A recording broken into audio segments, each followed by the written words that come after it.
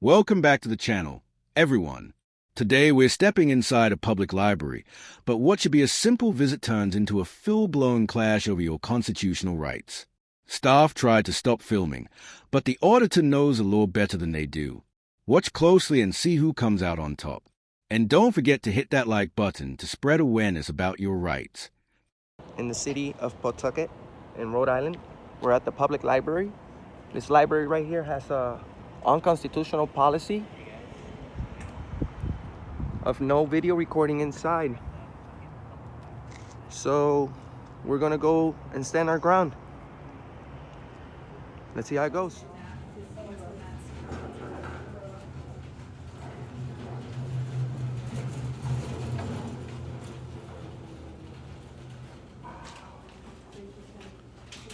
I'm just gonna find one more that's on the cot for young adults, if it isn't. Well,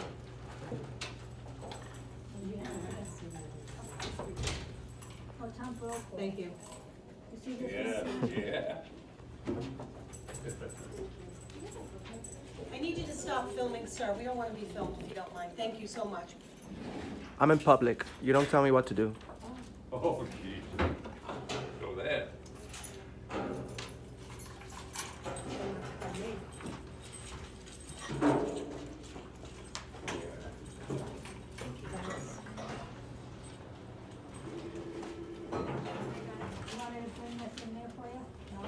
Yeah, all right. Don't lose track of your water. I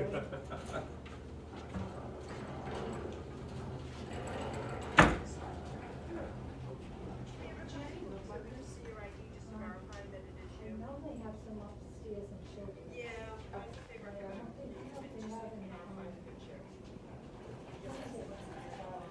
Can I take this one? As long as it has your correct address on it, if not, just bring a piece of mace. Oh, yeah, sure, yeah, she just wanted, yeah. You can have that. Yeah, thank you. Thank you.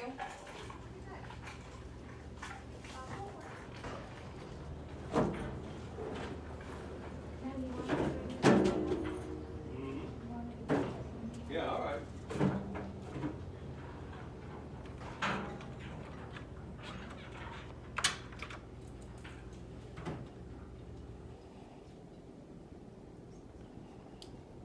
Oh, not there.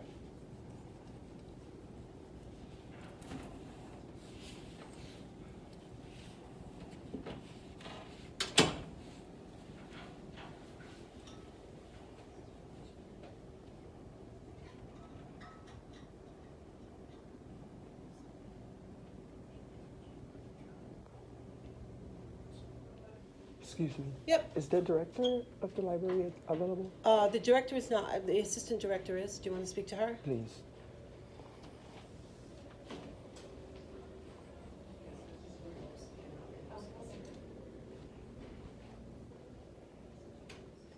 Right from the very first second, you can feel the tension building.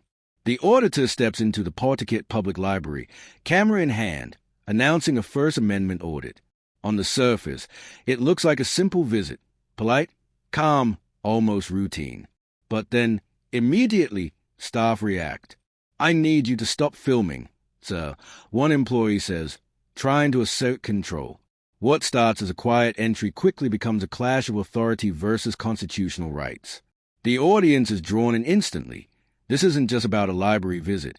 It's about power, legality, and public accountability. Notice the auditor's calm demeanor. He doesn't yell. He doesn't provoke. He simply documents, and that quiet confidence sets the stage for what's about to escalate.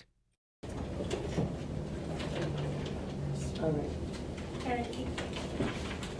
How are you going to do? Excuse me, please stop recording. I'm sorry? Please stop recording. Stop recording? Yes, sir. Why?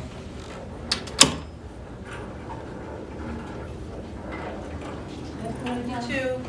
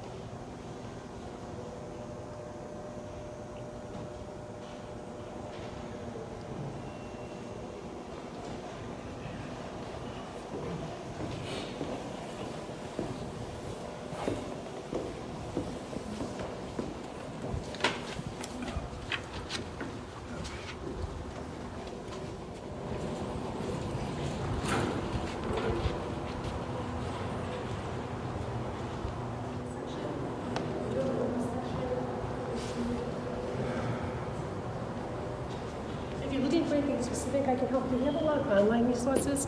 They're really good and up to date. Nothing specific. I just want to take a look at what you Okay, have. sure.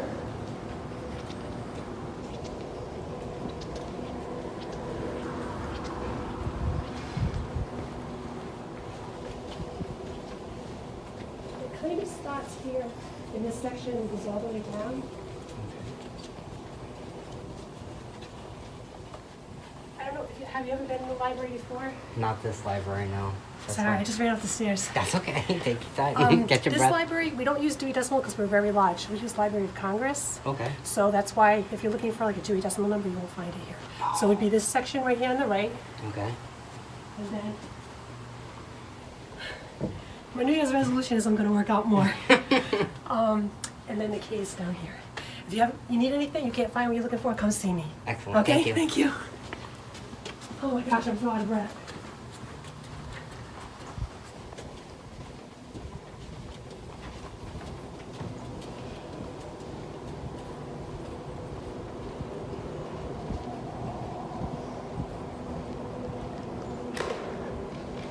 A quick question. Do you have anything to say about the unconstitutional policy of no recording inside the library? Sit down, have a seat. I'm sorry, I didn't hear you. You guys have a policy that violates our First Amendment right to film in public. Oh, which rule is that? That is the prohibited activity number 17 in your policy. Okay. And what's the question? Do you have anything to say about that? It's a rule. Okay, but policies cannot violate our rights.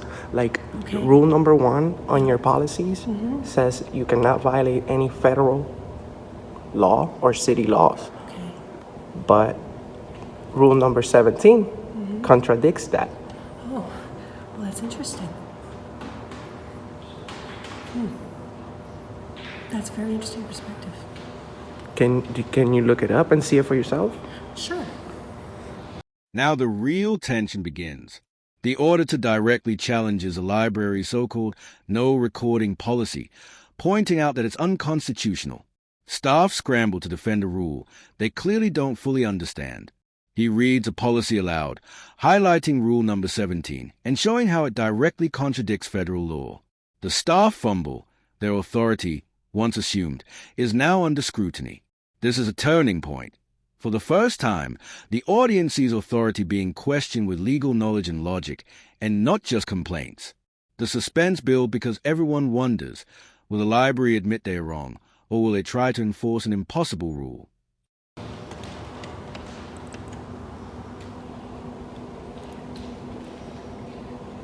Let's see, that would be the rules of conduct, probably. Yes. Now, hold on a minute, because I have to download it real quick. No problem. Okay, let's see. Number 17. I do see the rule you're talking about, right? I do see that, yeah. So, would you say that's a rule that needs to be removed? I would say that it sounds like you're saying, if I understand you right, that you think that rule should be removed. Do I understand you correctly? Is that what you're saying? Yeah, I believe the rule should be removed. Okay. I think, now, do you know how to voice your opinion on that? Oh, definitely. Okay. ACLU. No, we just need to speak to the director, right? They're the ones that... Well, there's a couple of things you can do. You could definitely, I would recommend speaking with the director first. And then most libraries, and this one included, if you do have a question about a rule, you feel a rule shouldn't be a rule, you're welcome to attend a board meeting, speak to the Board of Trustees, because they make the rules and the policies. And when is... They meet on the third Tuesday of every month at 4 o'clock. But I have to tell you, you have to sign up to speak at least 10 minutes before 4. Okay. You can't come after, 10 or 4. Are you the assistant director? Yes. Okay, so what do you think about that rule? I think that it's a rule. Okay, but do you think it's an unconstitutional rule? I think it's a library rule. Okay, believe but policies don't trump our rights. So, you guys have books on the Constitution here, right? They actually do have Black's I don't know, Law I'd have to too. go look. Well, there has to be a book here on the Constitution. It's our First Amendment right to film in public, which makes your policy unconstitutional. I see, that's interesting. Actually, your what was the first? Did you already say that their first rule here was to break no federal law? Yes, he did mention that. The first rule is to break no federal law, But Rule 17. but breaks that law. Rule 17 breaks the law. I see. So, is there a better time to meet with the director? Well, our director is on vacation. You know, it's holiday time. Yeah. A lot of people are off. She'll be back. Her name is Susan Reed, and the library director should be back the middle of next week. Okay. So, yeah, because We're closed all day Tuesday, obviously, for the holiday. okay. And we close early on Monday. So, are we free to record? Well, recording, according to the rules that you just pointed out, Tension escalates further as the auditor requests to speak with the assistant director. Staff can no longer rely on vague authority. The confrontation is moving up the chain. Hey, viewers see a classic power shift. The auditor calmly explains that a public library is publicly accessible and that policies cannot override constitutional rights. Staff are visibly caught between following their internal rules and acknowledging the law. Every word, every calm clarification, ratchets up the suspense. Will the higher-level staff recognize the legality of the auditor's actions, or will they double down and attempt to intimidate him? to me, and then I'm looking over here, number 17 says that you're not allowed to do that. But number Okay. 1 also says that no federal law should be broken. So you two would have to follow the same rules as everyone else, and that's a rule. So you wouldn't be allowed to do that here. So, if we continue recording, what's gonna happen? Well, unfortunately, I wouldn't like to do this, but I would have to ask you to leave. That's the point. This is a public library. So you would have to decide, what do you want to do? Do you want to stop filming Well, and stay, or do you want to continue You filming can't. and then be It's asked like to me. leave? It's like me walking up to you on a sidewalk and telling you you have to leave Right. from this sidewalk because this is a public library. It's accessible to the public. I hear what you're saying. So you guys have no authority to ask me to leave. I mean, you can ask me to leave, but I can politely refuse. You understand where I'm going? Because I I'm can not hear what doing, you're saying. I'm not breaking the law. I can hear what you're saying. So we're gonna go ahead and keep taking some more pictures, and when we're done, we'll be on our way. Is the Rhode Island room over here open? It's not accessible to the public, though. It's not accessible to the public? Okay. Okay, But so if you continue to film, that's breaking that rule number 17 that you pointed out to me. yes, but that's not breaking the law. Well, I didn't say that. I said it's breaking rule number 17, so I'd have to ask you. Exactly, but you guys have a rule that is not following the law and the Constitution of the United States. Yeah, I'm hearing what you're saying. So you can't enforce. It's a rule that you can't enforce. I'm hearing that. Yeah, that's how you feel. Yeah. That's not. Well, yeah, that's how I feel, but that's how it is. That's how it goes. Yeah, I understand. I hear A what you're rule saying. cannot violate somebody's right. And being a public library, it pretty much violates everyone's rights in here. And I noticed that your rules, your policies were updated in April, in July. July, yeah. No, in April and July. Oh, yeah. They were updated in April and July, and I forgot who signed it. Do you remember? Let me see. But Well, I think it tells you at the top. yeah, I have it on my email. It says the Board of Trustees approved all these rules. They approved the policy. Yeah, it really concerns me because this is a public place and nobody can tell you you can't record in a public place. This is not North Korea. So I'm gonna go ahead and continue filming, and when we're finished, we'll get going. Okay?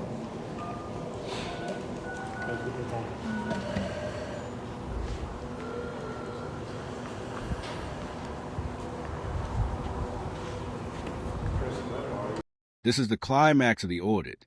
The auditor carefully breaks down the policy line by line, showing exactly why it cannot be enforced. He references constitutional law and public access. Staff have no answer. The dramatic tension is at its peak. authority figures are forced to confront a simple, undeniable truth. The rule they relied upon to assert control is unlawful, and the auditor remains composed, presenting facts while staff scramble to justify their position.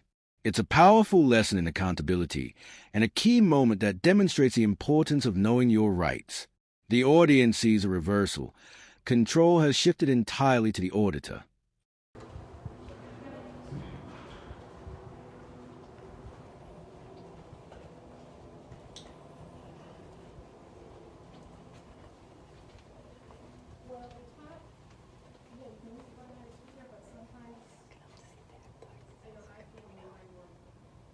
Mm-hmm.